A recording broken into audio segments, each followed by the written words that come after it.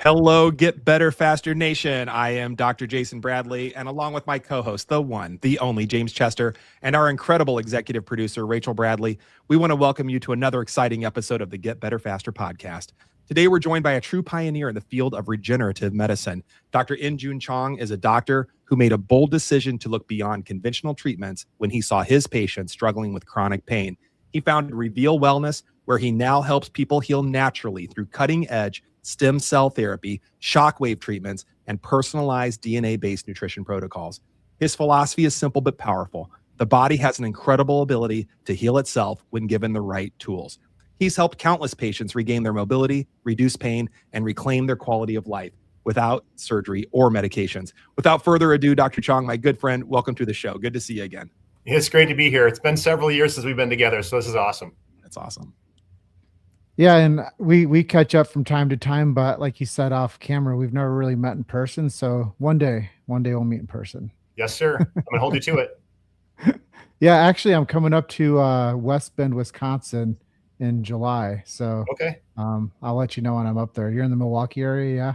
Yeah, Milwaukee and Madison both. So it's a good time of the year to be out this way. So we'll make the best of it when you come. For sure. And just because I know a little bit about you, I know that you're trained in chiropractic and you went to Palmer College, right? That's correct. And somewhere down the line, how many years you been practicing?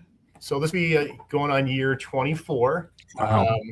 And I look at it as this, like people say things sometimes happen to you, but in my case, it happened for me because, I started off in, like you said, chiropractic training. I left chiropractic school in 2002, and I was just actually in Arizona a couple weeks ago where I did my internship there. And going back there, over 23 years later, where'd the time go? And all the experiences along the way and what chiropractic has provided for me in those doors, those relationships, it's been amazing. In fact, that's how Dr. Bradley and I, Yes. connected is through, that shared profession. Well, I know that there's a fundamental there, and you couldn't get out of Palmer without philosophy. Correct. And, coming out of Palmer, one of the principles is limitations of matter. And I'm sure after practicing for 23 years, you came into certain cases where you're like, you know what? The model of care that I was doing before just isn't getting people the results that they want. And not saying that you were doing anything different or wrong. The people and the I guess the ecosystem that people live in, the culture that we're a part of, just aren't as healthy as they used to be. So I'd say back in like the 20s through 70s into the 80s, even people's bodies didn't have as much toxins and a much, inflammation from diet and exposure to, the things that we drink and the lifestyles that people have. So as you were going through, what year was it that you decided that people's physiology and healing processes were diminishing? And when did you realize that conventional pathways weren't working anymore and that you needed to go to something else like regen med and shockwave therapy? When did you realize that this was the pathway for you to get people better faster?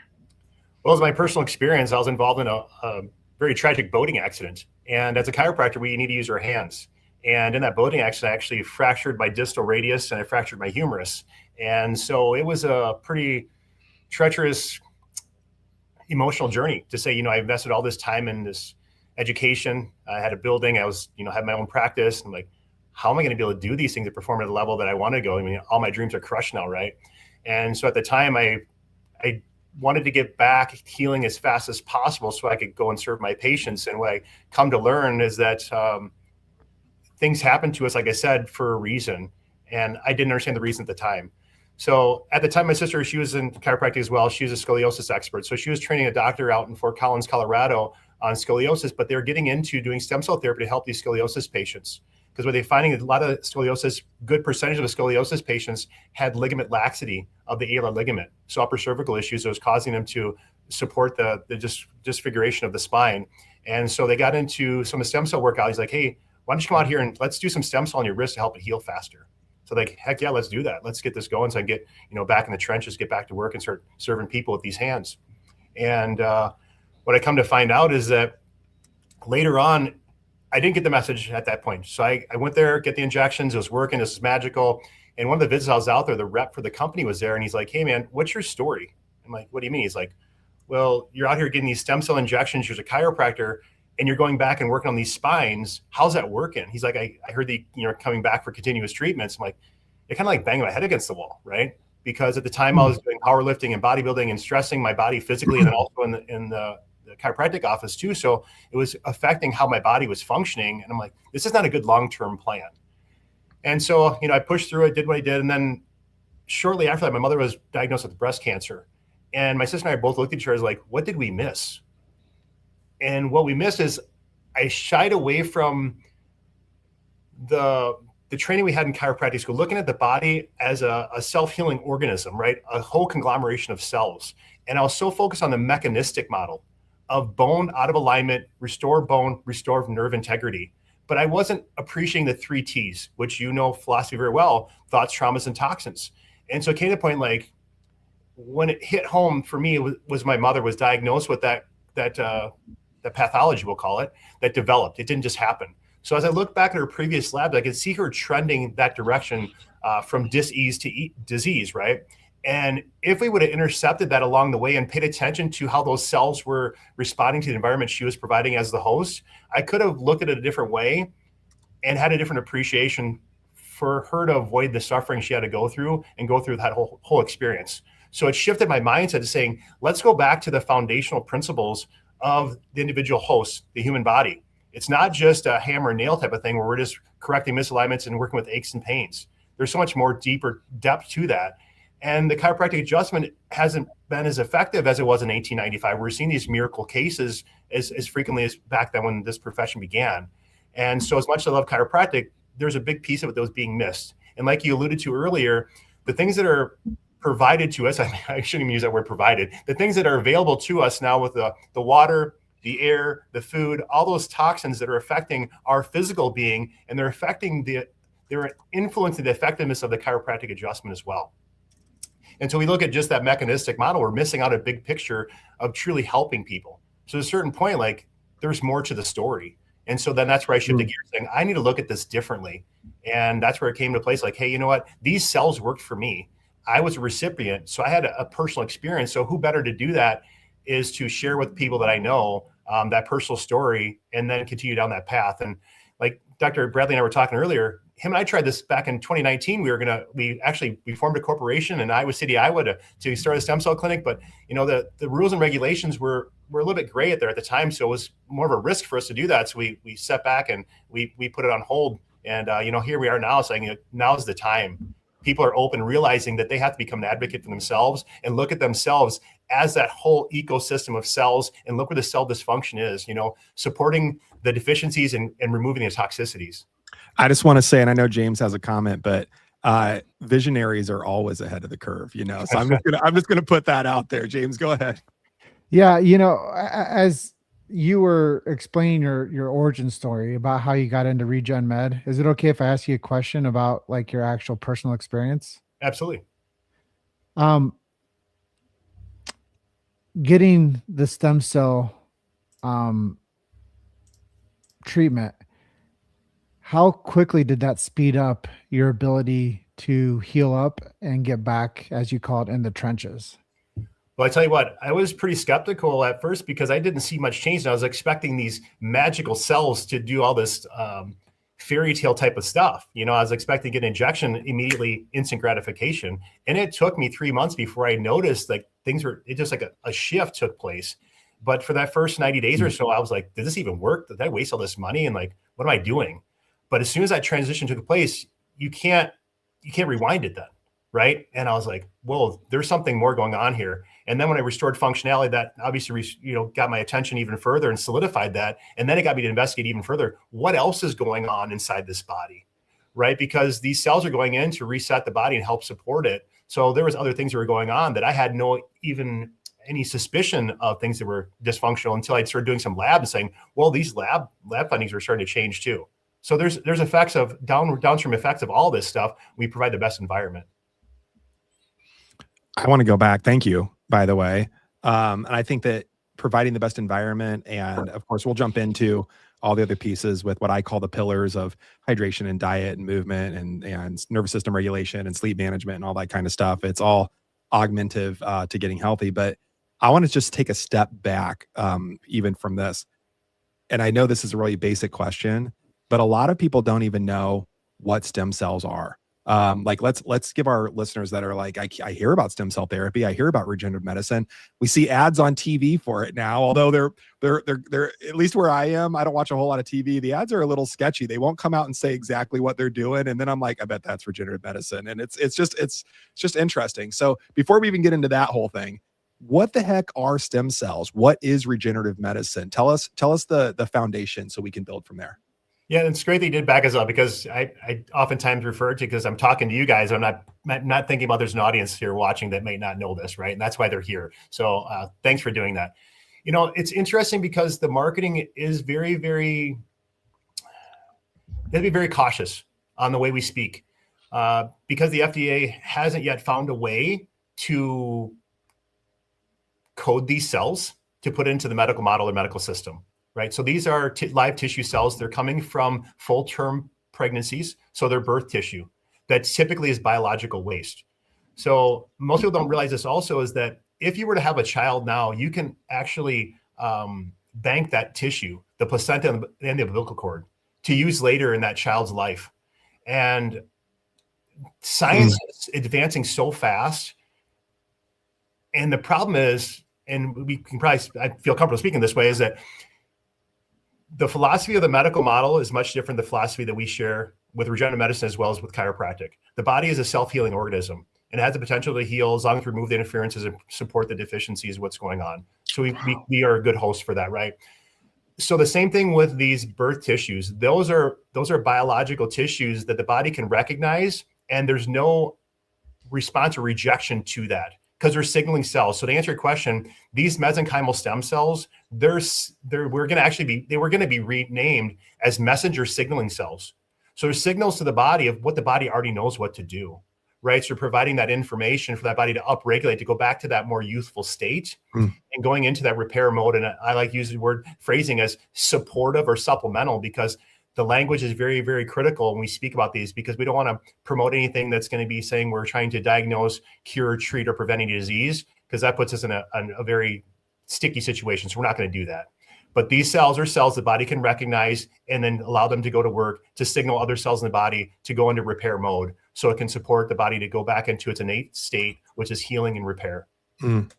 I love that, man. That was beautiful. And I love James always says it so eloquently, just like you did. I think, the body, how do you say it, James? It just needs the body needs nothing extra in it. It simply needs no interference. When we clear the interference, the body self-regulates and self-heals.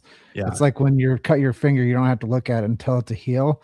Your body's innate intelligence turns on automatically and heals on itself. Like if you didn't go get those stem cells for your wrist, your body would eventually mended and healed and got you back. But I see where you're saying is that this product helps your body speed up the neurogenesis inside of it and say, I'm going to get you better faster. And that's really the premise of this show.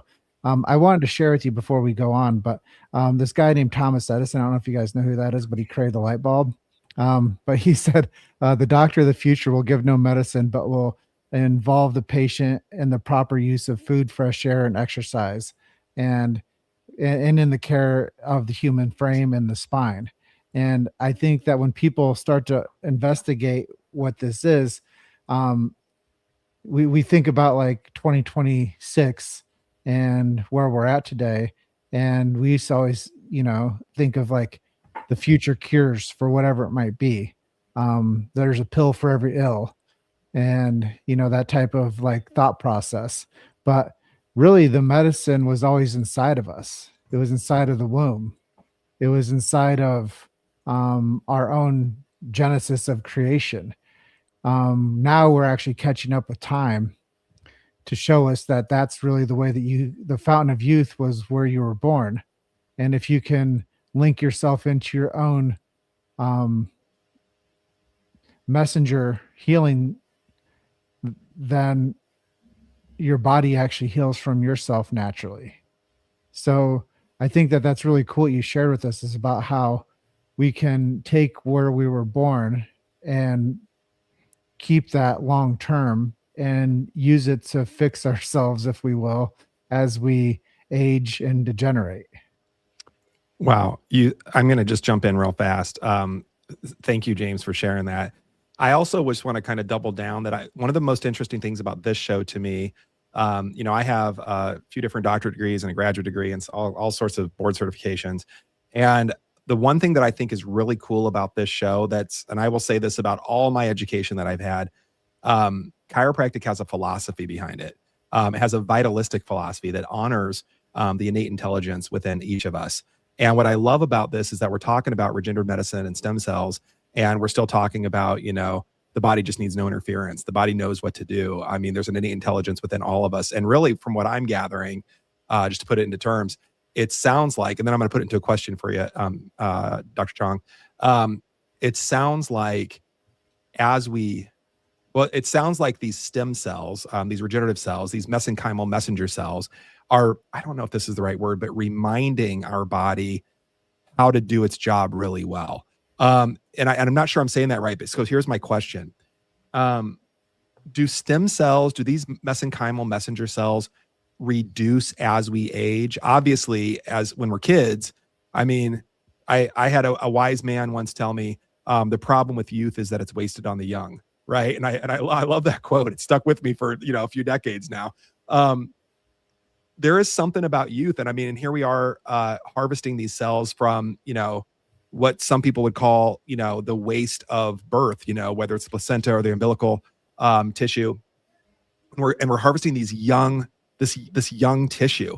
And then we're giving it back to, old people like myself, and you. I just say that because we've been in practice for over a couple decades now, right? Yep. So tell me, am I getting it right? Like we're taking young cells and giving them to older people, and it's just telling their body, hey, remember how to do this? Do you remember how to do? Am I getting it wrong?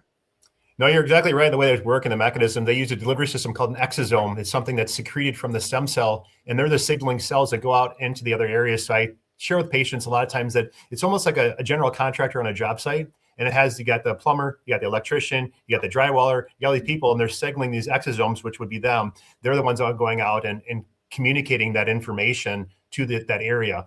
And so, going back to what we were talking about earlier, James, so I don't forget this point, because I will forget this, is you asked me about my personal experience of what that was like when I got that stem cell and what that experience and the journey was like. Back then, the technology wasn't there to support the cells and prepping the soil, if you will. And so a lot of, in Wisconsin here and even Iowa, there's a lot of people I work with that are in farming, okay? And so the analogy I share with them is that we have to till the soil before we plant the seeds.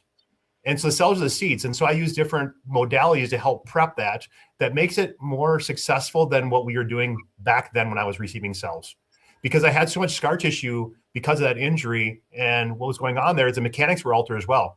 So if I wasn't addressing the mechanics, I wasn't addressing the connective tissue and just putting cells in there, I was trying to regenerate healthy cells, which was happening. But because that environment, that soil, if you will, wasn't as vibrant as it could be, or being the best terrain for those cells to what we call proliferate.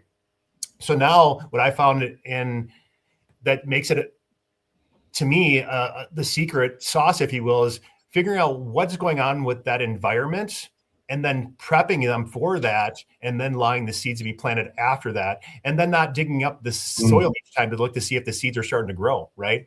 And then supporting it and bathing those cells to provide a nutritious environment for them to thrive and to proliferate. I just think there's so much in there, because people don't really understand, like, the downstream effect of chemistry. Like, just say titration. Mm-hmm. The word titration is, if you take one thing that's a clear color and you start dropping the dropper into something that's a clear color, eventually it changes the dynamics and the chemistry of the element, and it creates a change and it becomes something new. And I think that could go for the way that people become inflamed from the environmental factors that we were talking about, or how you can introduce something like a stem cell into somebody's body and it titrates their body to change element of healing. And I think it's just fascinating when you think about it from a chemistry perspective, in the chemistry of life, of two cells coming together, and how we're actually become the first thing to form inside of the genesis of creation is the spine and spinal cord and the brain and then the lungs. And when you think about how valuable, like, sometimes the new age is talking about nose to tail eating of the animals, and really the organs are supposed to be the most nutrient dense, but sometimes people discard those and don't treat them as like value. And I think that's the same way as what through the birth process we want to keep the human, but we don't realize is that the sac that comes along with that human is the most viable piece of the genesis of creation, which kept that human alive through the birth process. And that's probably the most gifted prized possession for that human for the rest of their life if we foster it and care for it the right way. Well, that's why with the tissue, that birth tissue, it is the conduit between the mother and the host, right? And the baby, developing baby, right? So that's where all the good stuff's at. And I hate to be crude, but if you eat shit, you are shit.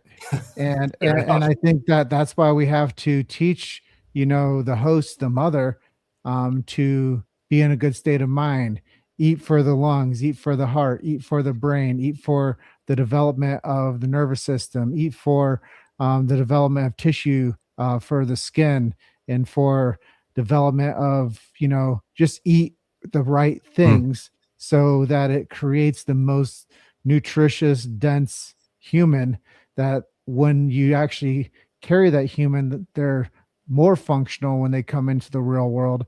And now we have something, I would call it the gold standard for longevity, is that that birth, what is it, the placenta and the umbilical cord. I think that is the gold standard for the future of healthcare for anybody out there, if they want to make sure that their kid has not the scholarship to an Ivy League school, but longevity on this planet. Brother, I hear you on that for sure. And I just have a few talking points. Number one, many years ago, when I was a student at Palmer, actually, Dr. Bruce Lipton came and gave a talk. And I wanted to talk with Dr. Lipton. Of course, everybody did. And so everybody, gang rushed him at the end. And I just kind of bailed because it was just too many people and he had a certain amount of time. And I walked down the street. I walked down Brady Street Hill, and there was a coffee shop, and I decided to go in there and, I don't know, do some homework or something. I don't know what I was going to do. And not 10, 15 minutes later, in walks Dr. Lipton.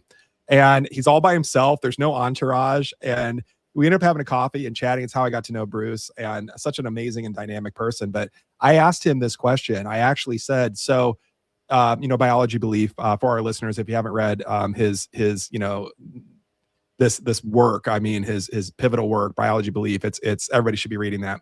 But that all said, I asked Dr. Lipton, when, in your opinion, knowing everything that you know about cellular biology and the way that it works, when should we start focusing on a healthy pregnancy?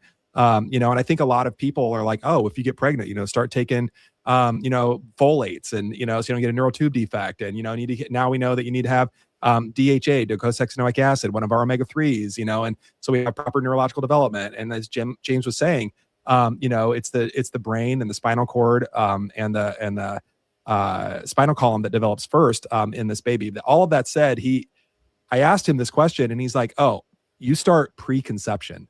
You start way before conception, and you're going to start nourishing, and you're going to start taking care of yourself, and to be all these things so that the mother, the body, is in a better position to grow that baby and have a healthy baby, which I think is what we're talking about today. And point two, with that, I really believe with all of my heart and soul that the body always knows what it's doing, and it's always trying to adapt, and it's always trying to do the best job that it can do given the tools, resources, environment that it has, right? So interestingly, when we talk about this, a bridge, I don't know the word that we use, but the bridge between the mother and the developing fetus, it really is this sac. I mean, it really is the placenta. It really is the umbilical cord. We're getting nutrients and everything that we need for that developing baby. And I believe that nothing's wasted. I believe that, and if we just step back and think about it, think about how much energy that the mother's body put into making and maintaining that placenta and umbilical cord. There's so much energy. I mean, it's like people always say, "Hey, I'm eating for two," when they're pregnant, but the reality is, I mean, there's a lot going on, and it's very nutrient dense and it's very genetic dense. I mean, there's a lot going on there. And so when I think about, of course, the positive factors, whether it be the stem cells, I don't want to say the nutritive factors. I don't want to say that, but I think that we know what I'm talking about with this placenta, with the umbilical cord. Of course, it's dense. It's dense tissue. It's biologically active. So of course we can derive stem cells, regenerative cells, mesenchymal cells from this tissue that's feeding that baby to grow and repair and keep growing and repairing in utero so it can come out as a healthy baby. So I just want to say that as well. But my question is, and I know we answered a little bit with the pregnancy, but in June, my question is, you said that, and you said that technology's changed and our understanding has changed, that maybe in the old days it was go in and get a stem cell, injection, or, whatever it happens to be. And, I don't want to say hope for the best, but I mean, it worked with some people and didn't work for other people. But in your unique approach, you've said, hey, you know what? If we prepare the terrain, if we prepare the person, kind of like we're preparing that baby or that mother for having a baby, if we prepare the soil, if we till that soil, we're going to get a better effect than just throwing stem cells in. I do think that we probably get some effect just throwing stem cells in. I mean, it would only make sense, but I'm curious about what do we have to do to, just like Dr. Lipton was talking about, preconception. What does the patient need to do to prepare themselves for best case scenario response with regenerative medicine? What is preparing the terrain? That's a secret sauce, man. Every patient's case dependent, right? But okay. Coming back to what you're saying, though, is this: if we can really pay attention to the environment we're trying to support, then therein lies the secret of how we're going to get the best solution and best outcome. Because cells will reduce inflammation. It's research shows that.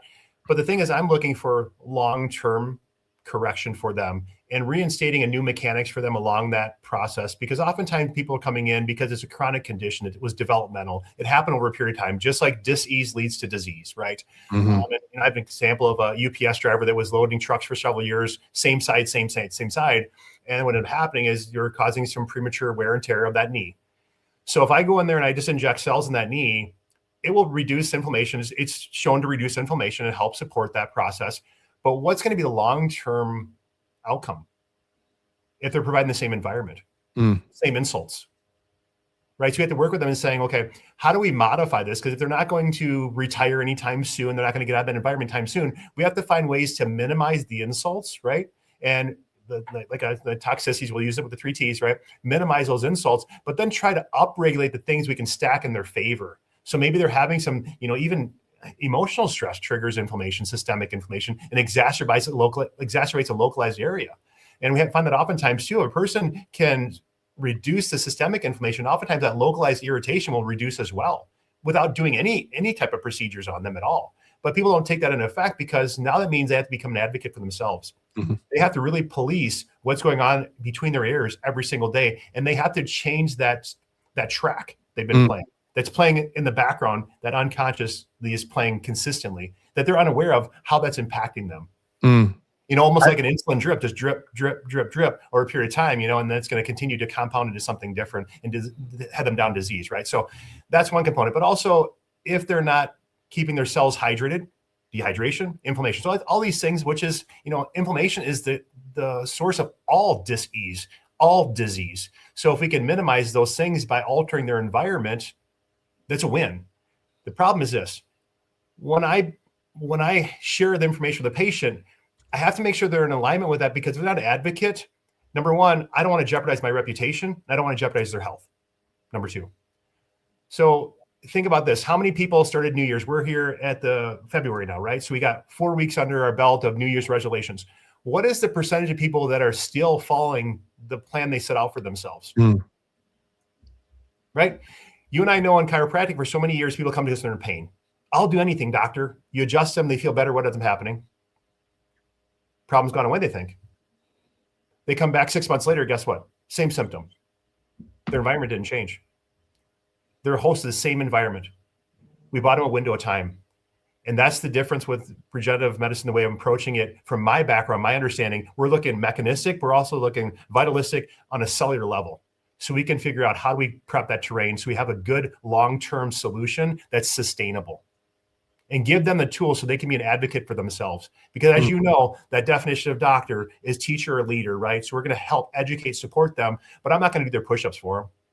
And so many people are so used to that, and they want that instant gratification as well. And oftentimes they're the culprit, or the one that's insulting themselves unknowingly, or sometimes knowingly, and they don't want to change. Go ahead, James. Quick question, and I don't want to derail where we're at right now, but I know that you're multifaceted. I know that you've added other tools to your toolkit, and we're talking about the preparation for somebody to do stem cell. Now, I know that you're also an advocate of shockwave therapy. How are you co-managing with the stem cell and the shockwave?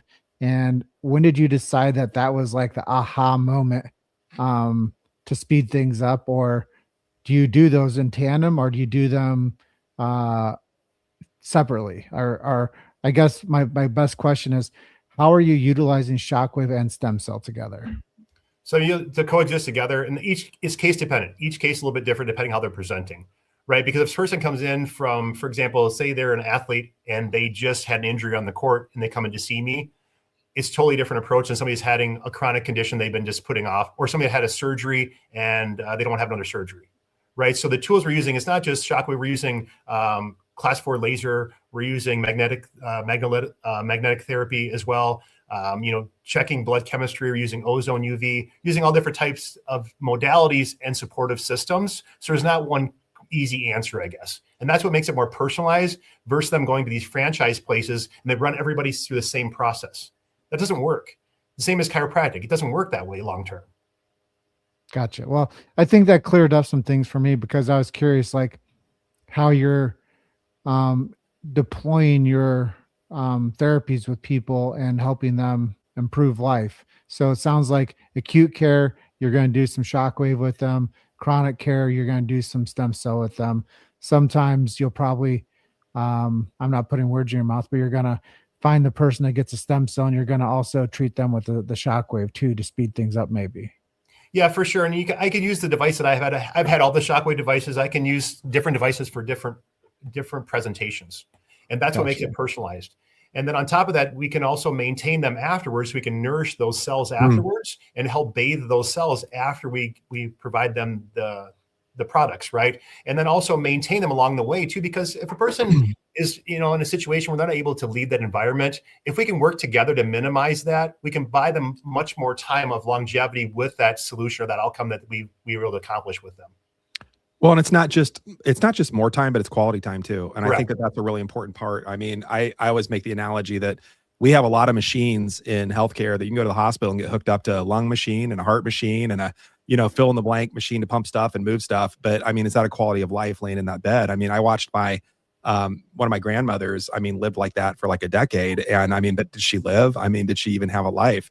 I think the important thing is we call that lifespan. We've done almost miracle work in quote medicine with lifespan, but not with health span. Correct. And I think that what we're talking about here is health span. How long can we live well? I plan on, as you guys have both heard me say at different times, I plan on making at least to 120, 150 years old. But I want to live well every single day of my life. I don't want to degenerate. I want to regenerate. Right. So I made that up for you guys. The other thing is too with that, and I'm not trying to like push like one thing that you mentioned, but that ozone therapy. What's his name? The shark, Kevin O'Leary. Am I saying it right? Kevin O'Leary. Yes, right. Yeah. He just had this big thing where he's like, everybody's flying to Dubai and they're getting their blood cleaned. I was like, what are they doing? And I've read about it. It's basically ozone therapy, ozone blood therapy. And I think that's really cool stuff, but it's really, we can say that, we can say, the stem cells, the PRP, the shockwave, all these little nuggets. What really works and what I'm hearing from you is that it becomes a unique or a bespoke approach to every single individual. My I was blessed to be in Fiji at the World Changers Summit over the early fall, late summer last year, and I got to give my preview of my TED talk called "The N of One," which is basically that we're all our own unique study. We can't say, well, this works for everybody. And I'm a functional medicine guy. I help people with MCAS, mast cell activation syndrome, and autoimmunities and thyroid issues and chronic health issues. And people want to know what my approach is. What's your approach? What's your approach? What's your approach? And I'm like, well, it's really different for each person. I mean, it depends on their genetics. It depends on their metabolism. It depends on their environment. It depends. I mean, there's so many variables that it could be. But ultimately, I'm hearing the same thing from you. My brain totally gets what you're saying, and I get that it's in the secret sauce, right? But the problem with the secret sauce, I mean, I was, I like to talk about my book. I was blessed in 2023 to have an international bestseller, the Epic 5 Plan. It's available for our listeners. If you're a Kindle Unlimited member on Amazon, it's completely free for download. Otherwise, a few bucks for the paperback. But that's kind of my special sauce. But again, it's just 5 of the pillars. It's just, again, hydration, diet, movement, nervous system regulation, and sleep patterning. If I had to add a 6th pillar in now, it'd be community, surrounding yourself with healthy, happy, healing people. But ultimately, beyond that, I don't know that I can write a book on how to get over chronic thyroid issues or Hashimoto's for everybody. I mean, the book would be volumes thick because, again, it's going to be unique to each individual person. So I totally get your special sauce with that. I mean, and the problem is, and we see it, I know you see it. I want you to speak to this a little bit more. We see it with regenerative clinics. I don't want to throw anybody under the bus, but we see this. I see it in functional medicine.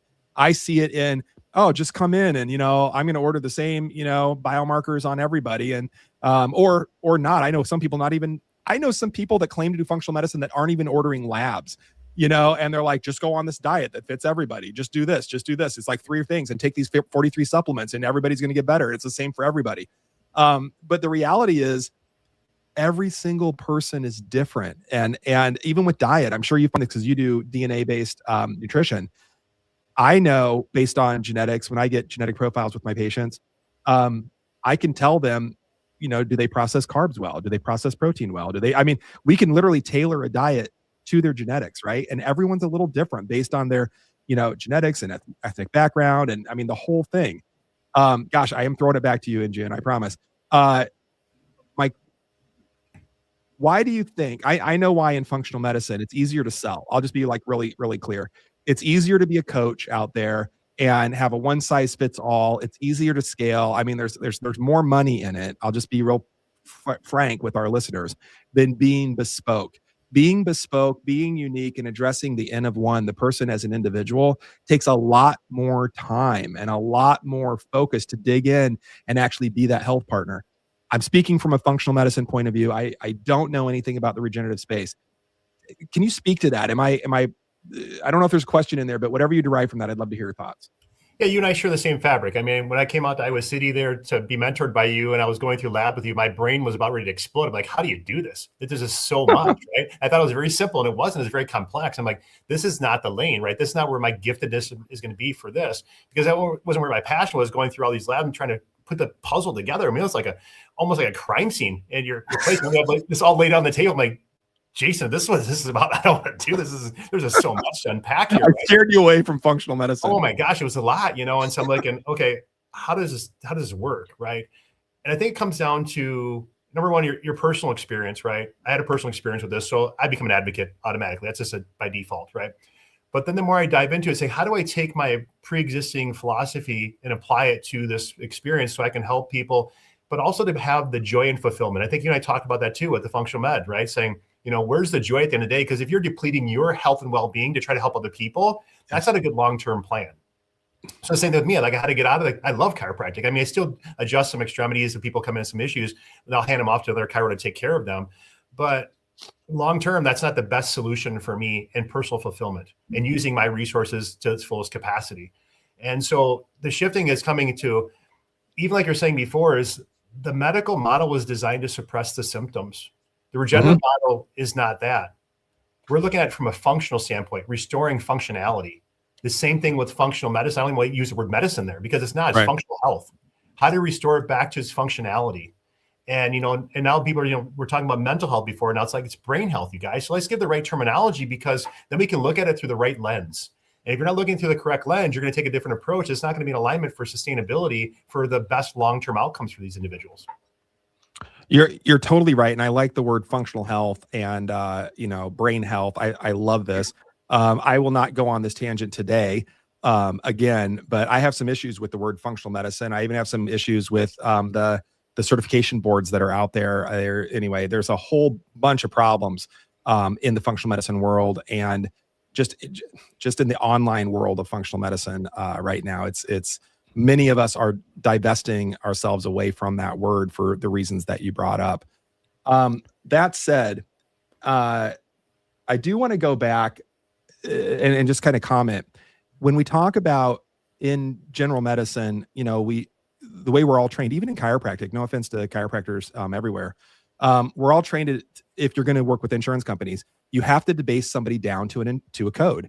I mean, it's really what you're doing. You're like, I got to find a box that you fit in, and here's the box that you fit in. And based on that box that you're in, we can do X, Y, and Z, and that's going to be approved by your insurance. And that approval is really narrow, and it's dictated by, as you mentioned earlier, the FDA. And as we're finding out now, with some different leadership in health and human services, we're finding that, and as the three of us has been talking about for the last 2 decades, the FDA has been historically corrupted, I think is a good way to say. I'll say this boldly, corrupted by the powers that be. I mean, the powers that be, big pharma making drugs, they want people to prescribe more drugs. So they load the FDA boards with people that are going to approve their drugs. And then as soon as their drug gets approved, they hire those same people to be on their board of their pharmaceutical company. It's the revolving door. I've mentioned to our listeners before, go in and look this up. The problem is with true regenerative health, functional health, brain health. I mean, when we're restoring health, there is no big $1 trillion product that's out there. Yeah. I mean, it might make a good living for the practitioner doing it, but for the industry, there's not, hundreds of billions of dollars to be made. So there's no support. There's no FDA behind it. And so things that you do, things that I do aren't covered by insurance. And probably, unless things radically change, never will be. I mean, we can talk about MAHA all day long and, we're going to get coverage for this and that. It's not, unless we radically change the whole system to be health oriented, it's going to continue to be symptom oriented and reducing symptoms and helping to treat that diagnosis, that code that we've debased people down to, that only opens up a drug, a procedure, or referral. And that's all that you're left with. So I just want to say thank you for sharing that and give some words to that myself. I do want to go back to treating something though, James, and then I'll pass it over to you. I'm just teasing about treating something. I got this idea way early in our conversation. You were talking about ligamentous laxity. And one of the things that I see with my clientele, I see a lot of ligamentous laxity. I have no rationale to believe what I'm about to say as far as from a science point of view, but it seems anecdotally at least to go kind of hand in hand with autoimmune issues, certain autoimmune issues. Especially in my world, I'm a thyroid autoimmune guy. I'm a lupus autoimmune guy, mixed connective tissue disease autoimmune guy, MCAS, these things. I see ligamentous laxity around this. And of course, people are diagnosed with, EDS or Ehlers-Danlos syndrome all day, every day, which again, for our listeners means that your ligaments are loose and your joints are loose. And sometimes people call this hypermobility. And, I can put my thumb back on my forearm and all this kind of crazy stuff, and turn my head around like Exorcist and all that. I'm teasing, but EDS, and then I started thinking about it because, you talked about ligamentous laxity with chiropractic adjustments. And, we always talk about, are you holding your adjustment? Are you holding your adjustment? Are you holding your adjustment in the chiropractic world? And I started thinking about how much harder it is to be healthy these days compared to not only 1895, but just a couple decades ago when you and I were graduating. I mean, people could get adjusted a couple decades ago, 3 decades ago, and they would hold their adjustments, and they, maybe they were doing the work at home. I don't know, doing the push-ups, but they were holding differently. And now, shoot, our older daughter had some friends over, I don't know, within the last year, and they all had been diagnosed with EDS. Not all of them, but I think 7 out of the 10 people that were these kids that were over, these young college kids. And I was like, how the heck do 70% of you have EDS? And at any rate, I'm coming back to this whole idea. We're not treating anything. We're just teaching the body to regenerate and move toward health. But can you talk a little bit specifically about EDS, ligamentous laxity, and how regenerative stem cell therapies, and whether it's shockwave or PRP or fill in the blank, how does it help that? Talk to me about that. So I think I'm going to go back to this too, and we can kind of set the stage for as the conversation goes on, whether it's functional medicine or regenerative medicine, it's all focused on restoration, restoring that human back to that innate ability to do what it was designed to do in the first place. And so that's restoration. So same thing to answer your question, how do we get it back to that state where it's optimized of what it was designed to be? And what ends up coming to the conversation is that there's something systemic going on with these individuals, right? So there's a lot of things are going on. We're talking about, if we're going to break things down to individual cell, what's happening with that environment and how is it impacting the signals from the brain and the nervous system being impacted by that? Because otherwise, while these ligaments become lax, think about a woman that gets pregnant, right? The body's preparing it for the birth canal to open up so that the baby can come out of the birth canal. Those ligaments get loose and lax, don't they? Right? But after the baby's born and that process has been completed, what's the body do? It mends on its own.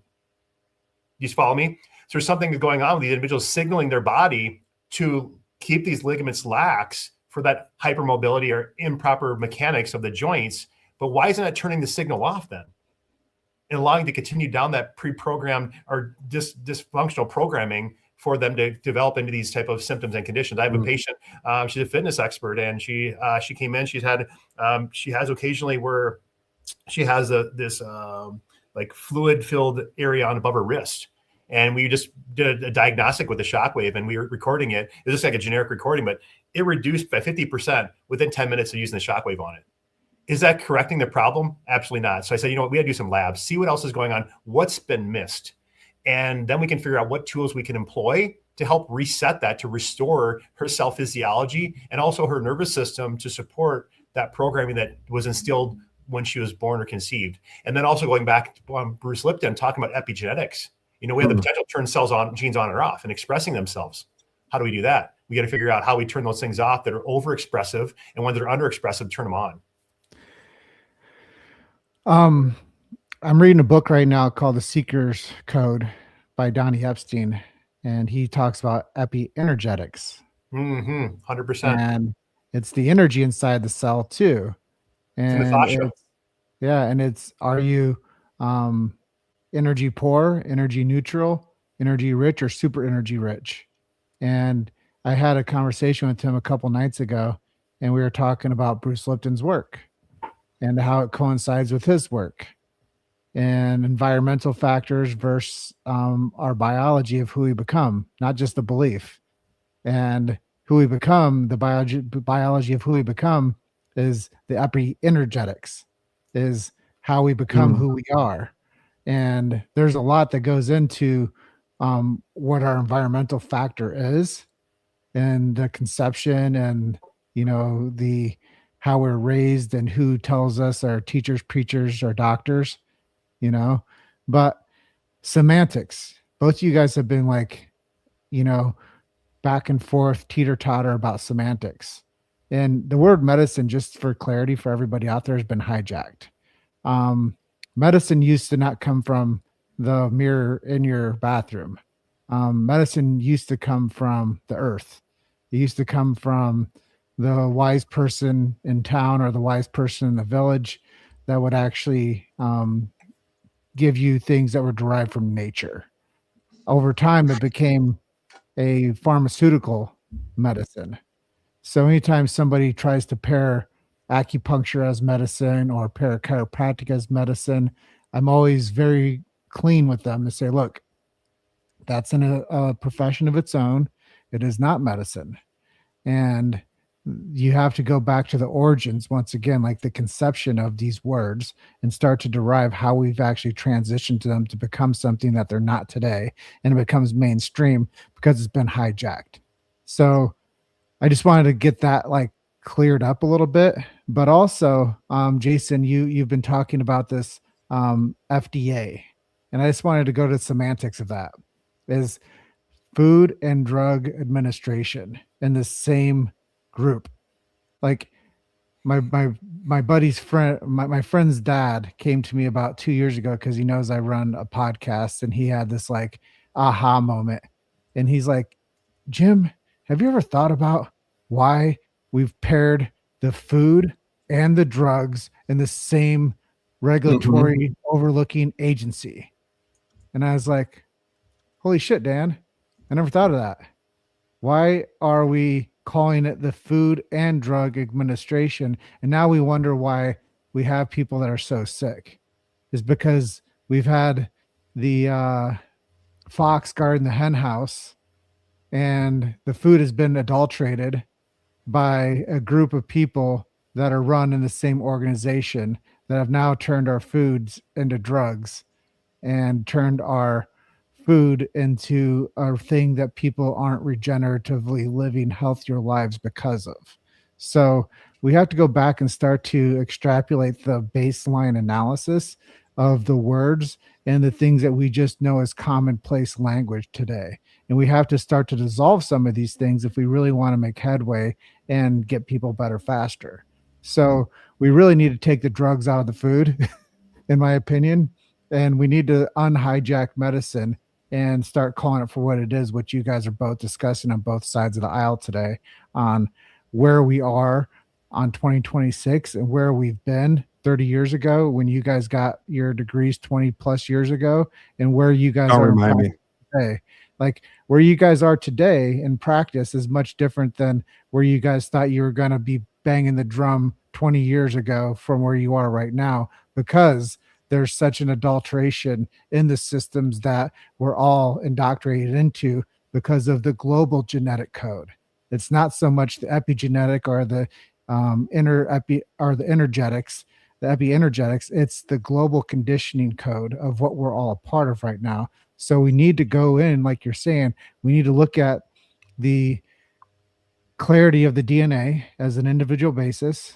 And you can look at it from a crime scenes perspective, like Dr. Jason does, or you can look at it from a lab perspective as what you're doing. And you can definitely start to extrapolate that every individual has its own code. And we have to start looking at it as concierge care for the individual, and that it's not your fault and it's not your genes. But if we don't look where we're supposed to look, then we're never going to find the solution that you need. It's totally true. It's totally true, man. And I just want to say, when we talk about the Food and Drug Administration, I'm just going to say this. When we're talking about the same companies. That's why it's grouped together. I mean, when we look at Abbott Labs, who makes drugs, they have Abbott Nutrition. Nestle owns everything these days. GlaxoSmithKline makes Centrum for all things.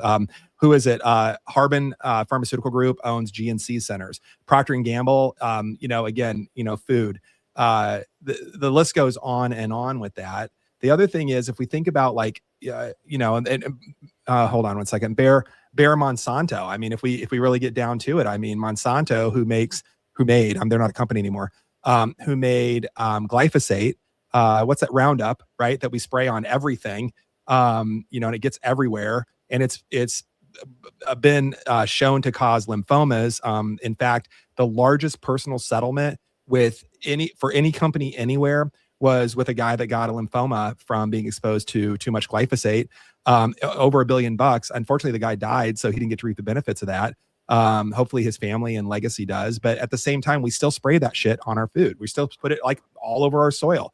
And then we wonder why we're so sick, right? Because the drug companies are creating food-like products with I call them frankenfoods with chemicals. When you read the list of ingredients that are in, box, can, wrap, package, processed foods, I mean, they're just chemicals. It's just chemicals. And why is that? Because those food companies are owned by the drug companies. So then if we make people sick, if we're not giving them the nutrition that they need, whether it's vitamins, minerals, proteins, fats, whatever it happens to be, when we take that crap out and we put, man-made, petroleum-based chemicals in, and then we wonder why we're so sick. There's a pill to sleep, a pill to wake, a pill for every pill for every body ache, right? And we, drink to the devil and dance to the doctor, and we're like, hey, I feel like crap, give me a pill, and now what are we doing? We're taking the same drugs from the same food and drug companies, They're literally making us sick and then selling us the solution, right? That you have to stay on for the rest of your life now. Hidden in plain sight. It's hidden in plain sight. And I think that if anybody steps back from this situation, and just think like push rewind on what I just said, like literally just push rewind on what I just said, and then fact check the crap out of me, like literally fact check me, prove me wrong, go out of your way to prove me wrong with what I just said. And you will be shocked. You'll be shocked because again, it is the Food and Drug Administration, because we're policing, and by we're not the taxpayers. We hire the fox to police the hen house. We literally let the fox decide what's going on in the hen house and what's going to happen in the hen house. And then we're all surprised that all this crap happens and we're so sick as a society. It's disgusting. In fact, I'll go so far as to say I think it's like borderline evil. That's me. But James, I'll pass it back to you. Sorry, I'm done with myself. I want to transition gears a little bit for Dr. Injun and talk to him about actual patient care. And he could maybe share some examples, not just himself and his wrist, that he's seen come through his care, that he's seen some traumatic shifts in.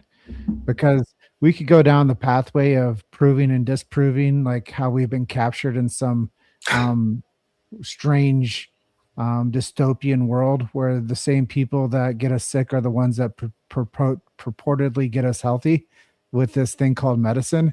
But I want to go into your wheelhouse, Dr. Chong, and talk about some specific instances where you've helped people with stem cell and shockwave that are DNA-based nutrition that honestly, I ask people all the time, well, how did you find chiropractic? Well, I tried this person and this person and this person and this person, and damn it, I had to try the crazy chiropractor. So I'm sure you get those cases all the time where they're like, yep, I've been on 17 freaking injections and 15 different meds, and I got like the pharmacists know me, and like everybody at the whole like pharmacy like knows me by name, but they don't know what's really going on with this person. They're just prescribing them. So tell us some cases where people have come in on that type of archetype and you've actually helped them. Yeah, several different knee cases that were coming in that had been through several different knee surgeries, and they didn't want to have any more surgery because they lost range of motion because of the scar tissue that developed. They're having other joint issues because of it.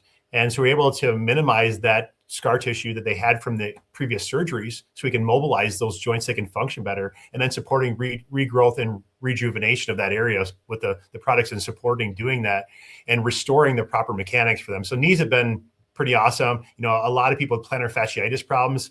There's a local franchise shoe store, and the owner was telling me that 75% of the people that come in there for shoes have plantar fasciitis, and they just keep on buying different shoes.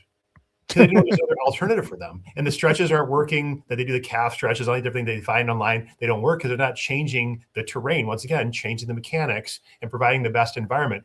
And this is the trouble too, even talking back about what Dr. Bradley was talking about with the food and drug, is that the information is out there. Every person can go Google and fact check him and look at all this type of stuff. But this is the problem. It's here because people are now forced to have to become advocates. So even with the stem cells, with all the regenerative tools that were out there, implementation is where the key is to success. So we can provide them all these different things, but if they're not going to implement them, what are we going to end up having? Mm-hmm. There's no longstanding change.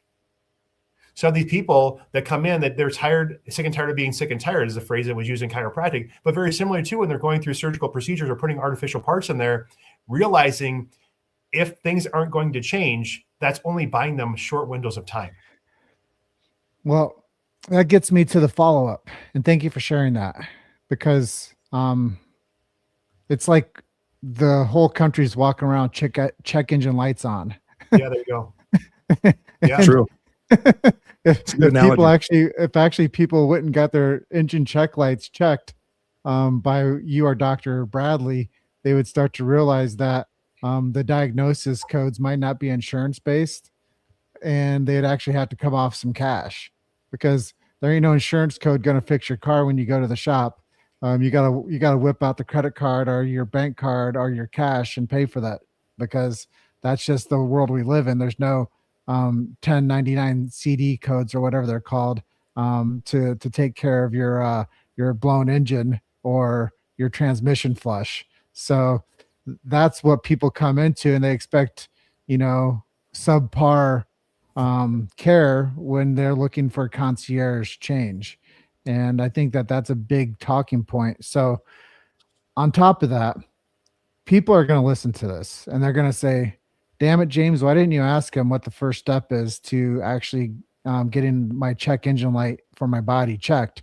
So what does that look like for somebody that wants to come in and get an analysis on their labs, or an analysis on their joint health, or an analysis on their Ehlers-Danlos syndrome, or their scoliosis, or their seventh knee surgery? Like, what is the first step for this type of person with a real entrenched concern? With everything, it's just scheduling time to meet with them individually and hearing them and listening to them. And most patients that come to see me, they're like, no one's ever really listened to me and really was letting them share their story and their experience, because it comes down to asking the right questions as well, right? No different than an investigator on a crime scene. That's how you get to the correct conclusion of what's going on to solve the case. So they come in, we figure out where they're at and what testing needs to be done based on their health history and conversation we have with them.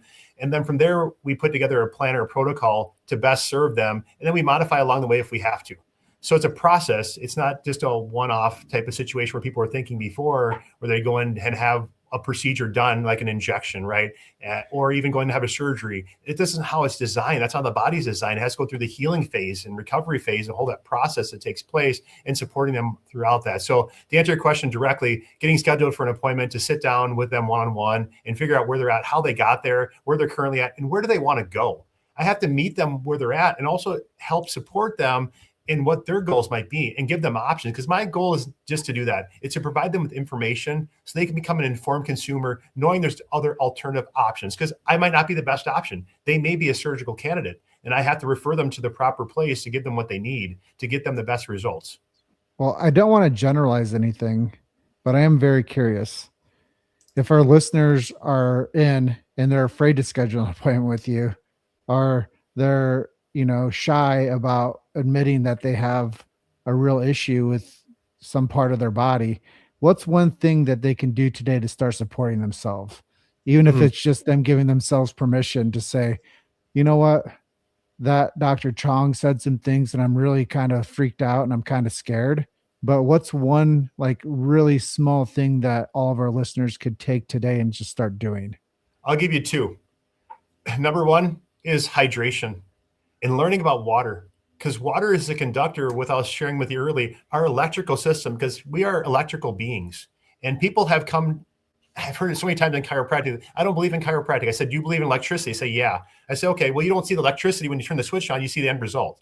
Same thing with the body. The nervous system is run through electrical system. That system is run through what we call the fascia. Fascia is what escorts and deploys water throughout the circuitry.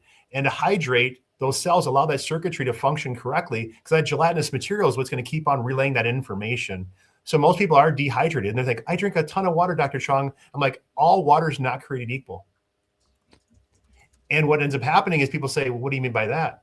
I said, if you go to a convenience store, you look at the bottled water with Dasani or Aquafina, whatever, that's just like a filtered municipal water. And then you see a bottle of Fiji water and you look at it, well, this is more expensive. Why is it more expensive? Because they've done something to that water to change the pH of it. That's just one component. Changing the pH was not going to alkalize your whole body by drinking pH water.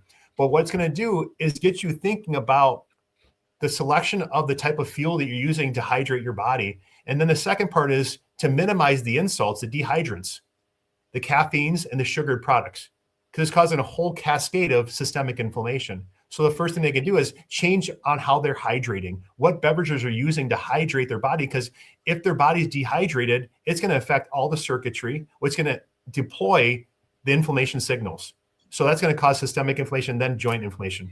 The second part is taking in more air, breathing, going through focused, intentional breathing to regulate the nervous system, which will calm the nervous system that's in fight or flight majority of the time, that's causing to have even further issues downstream. So working on intentional breathing to help that body get the oxygen required, because I can guarantee you there's not one person that would give me permission to hold my hand over their nose and mouth for longer than a minute. Because then you die after a period of time, right? That's how you die. Oxygen. That's how humans. That's how we end everything is through oxygen. If you don't have oxygen, you die, right?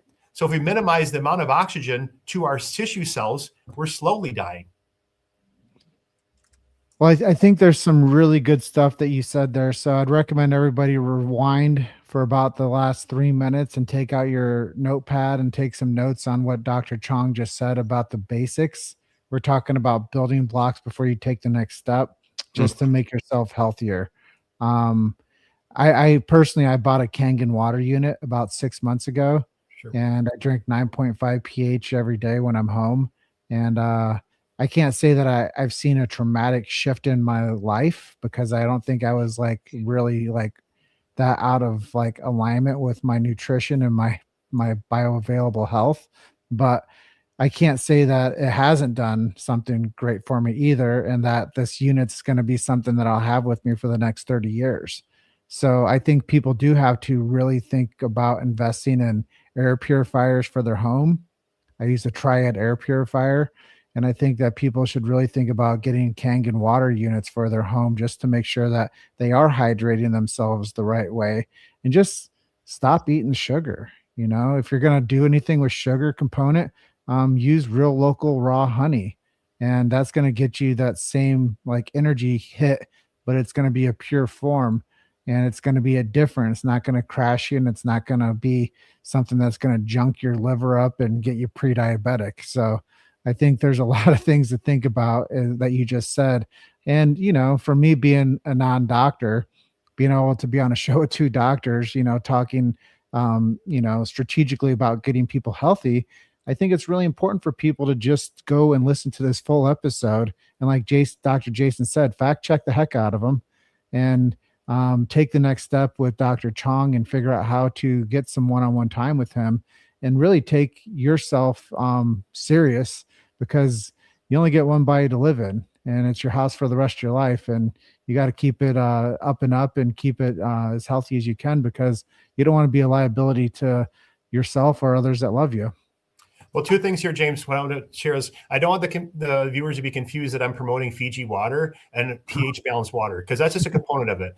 We want to make sure that water is also molecularly in a position that can be absorbed, right? Because they say, I drink a ton of water, Dr. Chong, but I just keep on urinating. That means the water is not getting into the cells, right? So we have to figure out, how do we hydrate the individual cell, and the type of water we're consuming is going to allow for that. So that's where you're seeing a lot of people using electrolytes or using products to help add minerals to the water. You know, maybe even getting distilled water, right? Because you get rid of all the toxins, the heavy metals, that type of stuff, and then adding minerals to it, so the body can recognize that as a readily usable fuel source. Number one. And then the air, making sure we're reducing the impurities that are in the air that we're ingesting. And people now can come to appreciate with the COVID stuff that was going on, is you couldn't see those things in the air, right? But didn't mean they weren't there.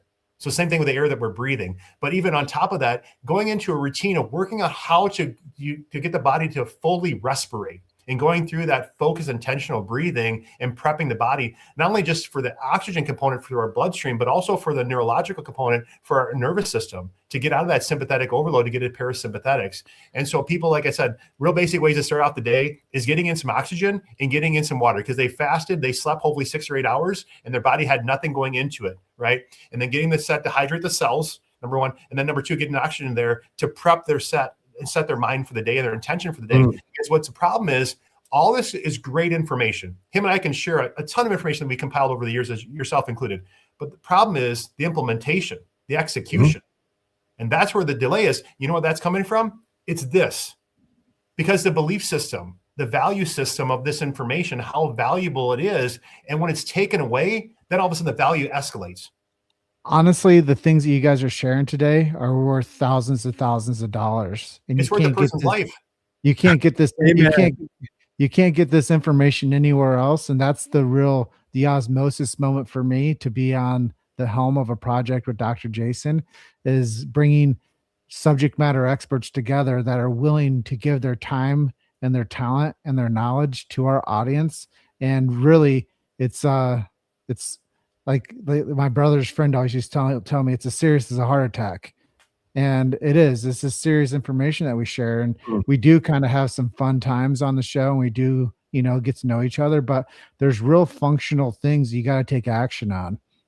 So I think it's really cool that you're sharing some of the stuff with us. And back to one thing, I'm going to pass it to Dr. Jason, but I also use Redmond salt as an additive to remineralize my water. So I'm actually doing that daily too. So I think when people think about their health and they really want like to have a full strategy, you have to be like you have to be an investigator. You have to investigate and be curious, and you have to get real stuff, and you have to go find good products.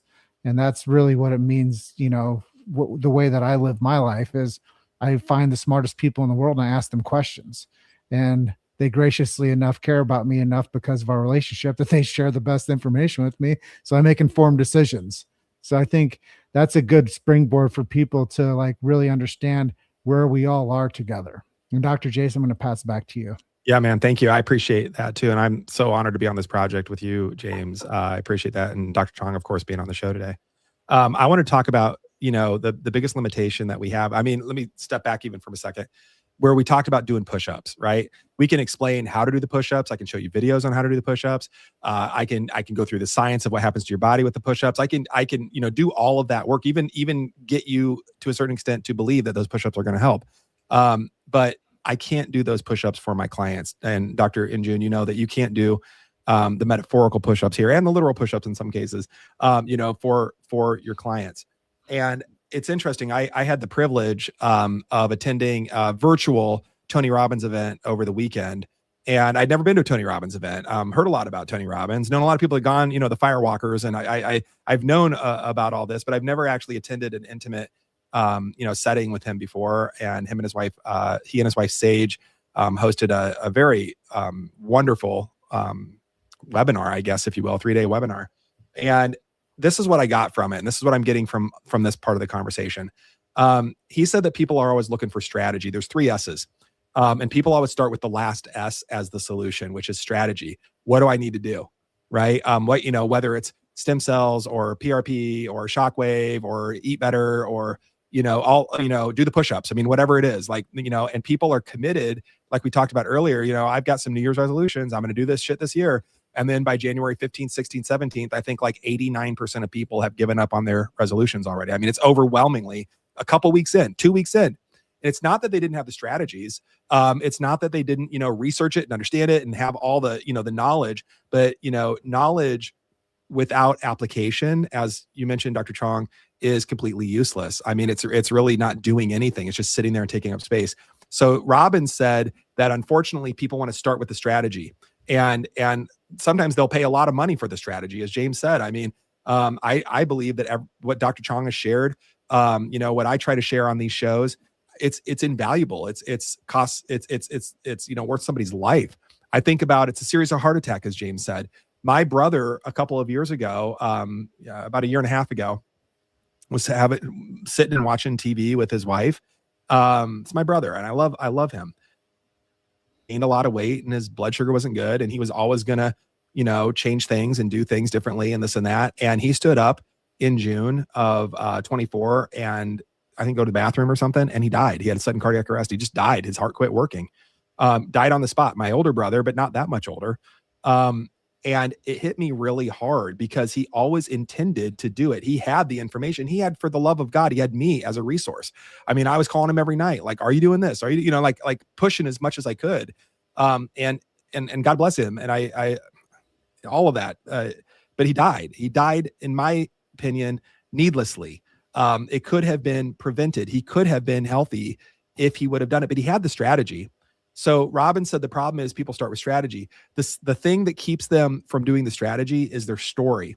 And it's the story that they tell themselves over and over and over again. And a lot of people, and I'm sure Dr. Chong, you see this, I have knee pain, or I'm overweight and can't lose weight, or I have hypertension, or, my dad had diabetes and I'm going to have diabetes. I mean, it's the story that we're told over and reinforced by society over and over and over again. If you are that way, that's the way you're going to be, and it's the way it's going to be. Our genes dictate our code, and our code dictates our health. And nobody talks about epigenetics in medicine. It's all just, you've got that gene, you're screwed. And so we have this story that we're told over and over and over again. We tell ourselves, and I call it the false narrative. It's the loop that we get locked into. And I mean, for our listeners, if you wondering if you have a story, it's that negative feedback that you tell yourself all the time.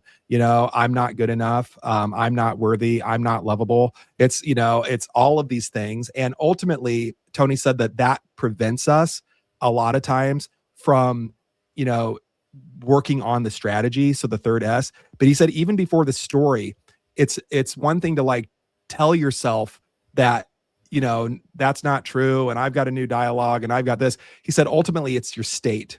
And he said that state is a state of consciousness. And it's when you grab a hold of this idea that I am worthy, I mean, and really own it. I am worthy. I have the right to be healthy. I'm not a victim. I'm not going to be my brother and stand up, hanging out with my wife and stand up and die from sudden cardiac arrest. I'm not going to do that. Like, I refuse. Like, it's a different state of mind. And when you have that different state of mind, it changes that internal dialogue, and then we can take advantage of these strategies. So when I hear, Dr. Injun, when I hear you talking about, we got to prep the terrain, and I know that we can do that with hydration and electrolytes and diet. And I mean, yes. But ultimately, I find with my clients, it's between the ears. It's that state of mind. It's that the stories I can predict I'm sure you can too. And so here, I'll pitch it to you for a question here in a second. I can predict within about 2 or 3 minutes when someone asks to work with me, I can predict whether or not we're going to get success in like 2 or 3 minutes. It's not, can I help them? Yeah, hell yeah. I've been doing this for 26 years at this point. I've seen everything from fatigue to Hail Mary passes with cancer, and we've had success with all of it, but so it's not strategy. I know what to do. I'm sure you know what to do. I mean, you and I, like you said, we're from the same cloth, but I can predict within a couple of minutes based on their state and their stories and whether or not they're going to change that state and willing to really work on those stories, whether or not we're going to be successful with the strategy, because ultimately people won't do the push-ups if they're not in the right state. I'd love to pitch this back to you. And here's the question, if I can frame it right. When you're meeting with someone for the first time, and I think we understand, James asked, what's something people can do today, and one thing here and there. But when you're meeting with someone for the first time, what's something that you can say will predict their success? Because we know stem cells, anything. I mean, eating a healthy diet. I mean, it doesn't work for everybody, right? I'm teasing about both those things, but what is your prediction? Like, what do you see? Like, oh, this person's a great candidate. Who's a great candidate to work with you? Like, who's your ideal perfect client? So it goes back to what you're talking about with 3 S's. Everybody chops it up and puts it in their own way, but it all comes from some of the same fundamentals and principles. Those are foundational. And it's Bob Proctor would always say it's the knowing doing gap. And that's unfortunately where most people get. That's what I was saying with the mindset. So when they come in, I set them up for a diagnostic. That's how I qualify or disqualify them. And I want to make sure that I'm setting up myself and them for the expectations that we have at stake here. And so I lay the terrain for them, that conversation, understanding where they were, where they're currently at, and where they want to go, and to see if we can bring that together and bridge that. And then saying, here are my responsibilities, what I can offer you, and here are the responsibilities you would have to help work with me and work alongside me, because I don't have the control of the stuff outside of the clinic setting. They're out there living that world, doing whatever they're doing. And all I can do is provide them the information of some of the things that could have been contributing to the problem, and that will continue to insult the situation, and it will hijack the results we can get. And if they're not on board with understanding that, I won't accept it, because it doesn't make any sense. I cannot feel comfortable taking that on, because it's too much of a liability for them and myself. So then I allow them to go out and say, here's what we have to offer, but I'm just not ready yet. So then they'll come back and they'll be prepared, because people want to be qualified. And most importantly, like Tony Robbins says, pain or pleasure, which drives every decision. And so maybe they're not enough pain yet to make that transition to take on a new story. So I always share with people this: their story got them where they're at right now. And I ask them, how does that currently serve you? Because that's a false identity. And you keep on running that storyline, where's that going to get you? And we can measure that. So these negative feedbacks, these negative stories, we can measure their physiology to see if that's health promoting or health destroying. At that point, now we have some deeper conversations, and then we're converting that conversation into a cellular conversation. And that's where I always try to go back to. And if they're not catching on to understanding that, then they're not really a good recipient for cellular support. It doesn't make any sense. Mhm. They're going to go back to drinking the alcohol, eating the crappy foods, doing the other stuff. And they're going to say, Dr. Chong could help me, or stem cells don't work, shockwave doesn't work, laser doesn't work, whatever it might be. And like, that's not the case. So I won't sign up for that mission. Yeah. Well, that gets me to a different train of thought. We're talking about where people are and where they have potential of going. Where do you see regenerative medicine going in the next, or regenerative stem cell therapy? I'll take medicine out of it. Where do you see regenerative stem cell therapy going in the next 5 years, 10 years? Well, there's a difference from where I see it going and where I would like to see it go, because that's a bit out of my control, because if we have some others powers that be that are trying to really interfere, because they're trying to get in a position where they can start putting in their model. And that model is going to just disrupt everything for restoration. We're talking about the approach and the philosophy that we're trying to use and support that. I would like to see it go to where it's going to be available to people, that's affordable to people, all types of people, so that that's not an excuse for them. But as in with functional health, you're finding the same type of things unraveling, unfortunately.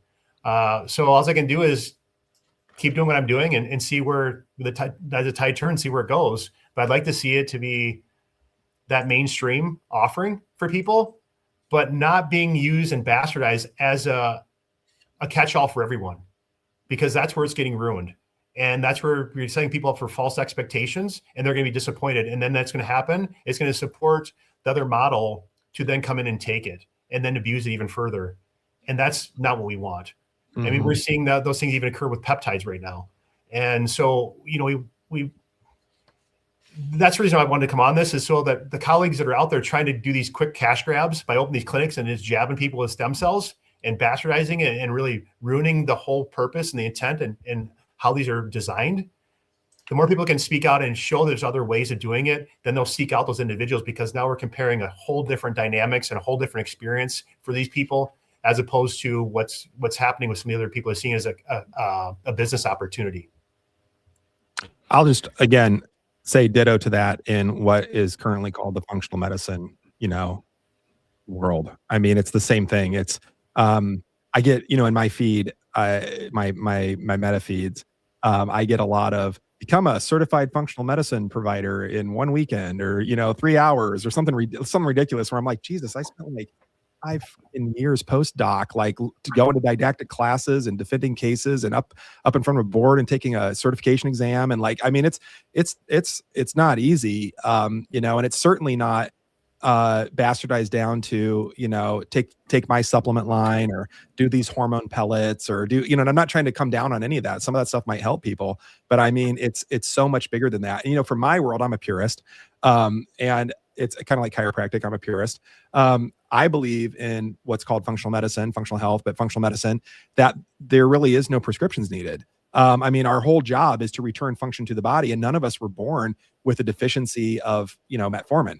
None of us were born with a deficiency of, I don't know what the days, Advil. Advil, Prozac, or whatever. I mean, whatever people are getting prescribed these days, Right. I mean, we really don't need a whole lot.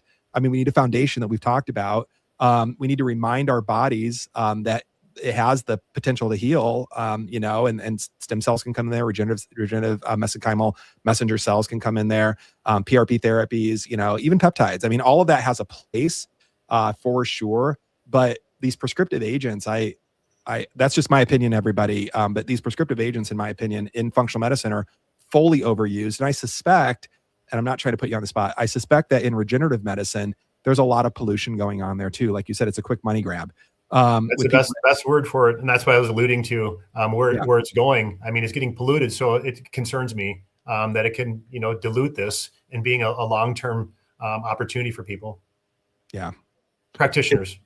Yeah. And it's as we were saying, as you mentioned, in 2019, you and I had the brilliant idea to bring regenerative medicine to Iowa, and not only to Iowa, to the belly of the beast. Right. At the University of Iowa, the largest teaching hospital in the United States, and like bringing it here. We were just ahead of our time by, I don't know, half a decade or so. I don't know if that's quite At right, least.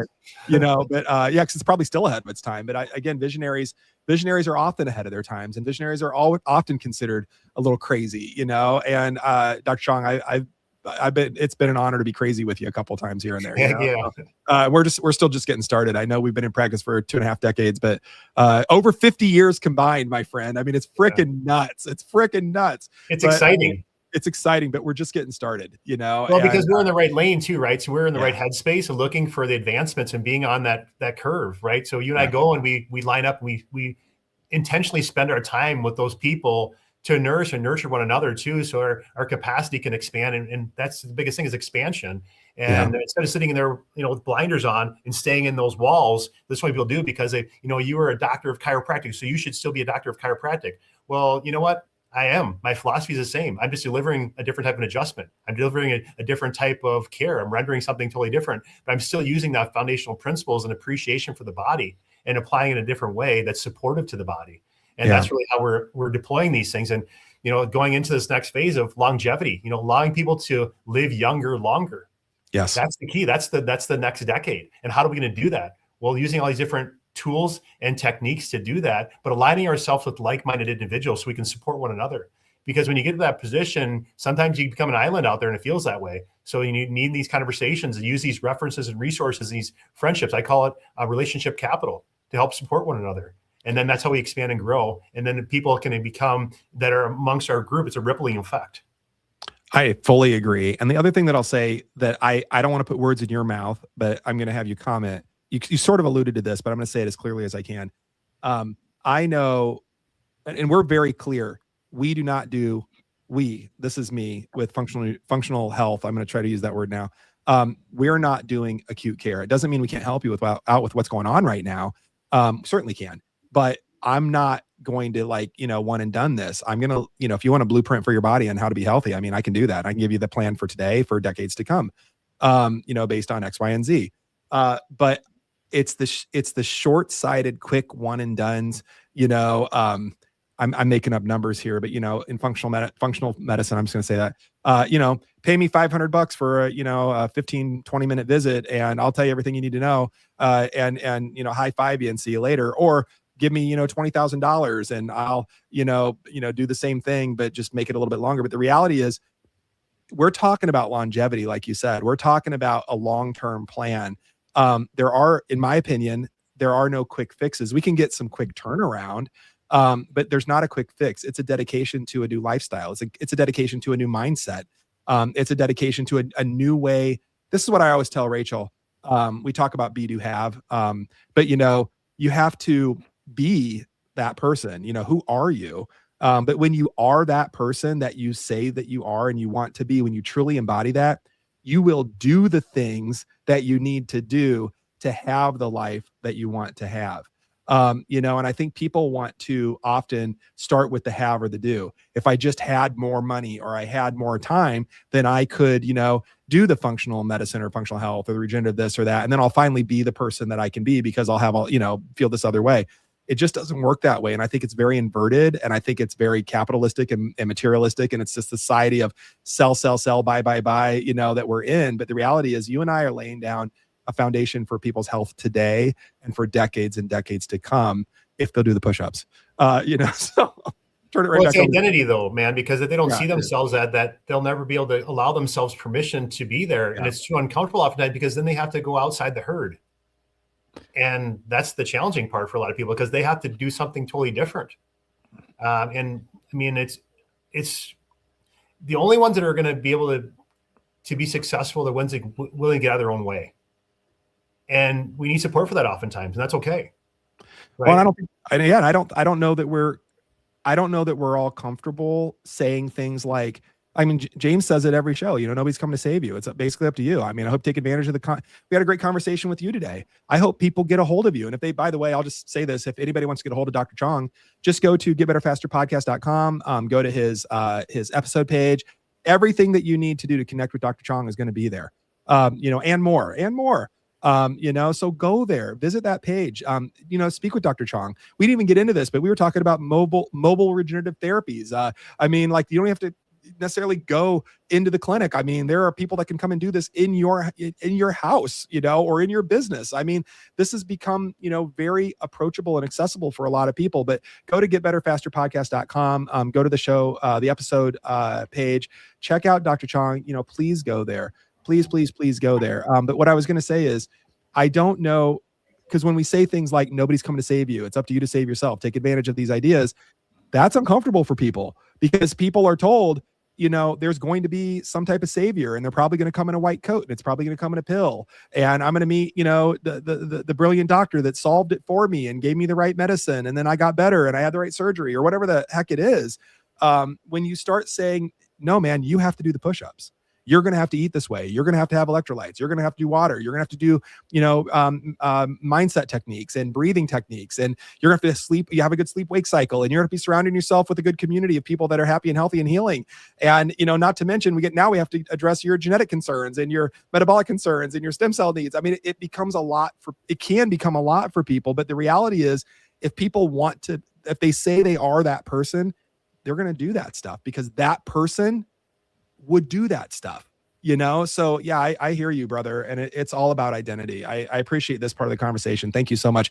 I overspoke a little bit. I'm going to pass it over to James for probably some closing questions and whatnot. But while I have the floor, I'm just going to say thank you again for coming today. I truly appreciated your time and everything that you shared. This was gold today. I encourage our listeners to go back, replay it, take notes.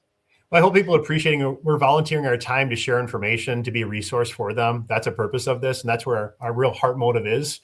And I hope that they see that's the value for them if they really want to make a change in their life and take it seriously, because they keep doing what they've been doing, they're going to get the same result they've been experiencing, and this got to be at the point like enough is enough. So. Yeah, amen. One of my long-term mentors, John DeMartini. When I first met John, he told me I had to give myself permission to be great. No one else is going to do that for me. Awesome. And I hope that lands with people, because we could talk in cadence and fire away the grandiose idea of having access to us. But that is one simple statement, is you have to give yourself permission to be great. No one else will do that for you. And when he told me that landed on me, and my whole world view changed.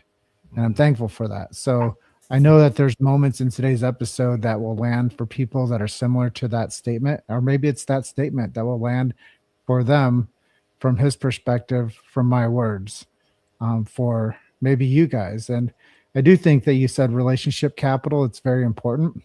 And the ecosystem that we have here is very unique. And we have a chance to help a lot of people with this information. So like Dr. Jason said, take notes, take action. But Dr. Chong, this has been absolutely transformational, not just for me, but for Dr. Jason too, and our listeners. And for you, our listeners, if you're tired of living with chronic pain, if you're frustrated doctors that just want to give you another pill or schedule another surgery, as Dr. Chong said, some people come into him after multiple knee surgeries and still aren't better. And it's just more scar tissue and more issue. But Dr. Chong's approach offers a real alternative. Regenerative therapies isn't just some future fantasy, as we're talking about.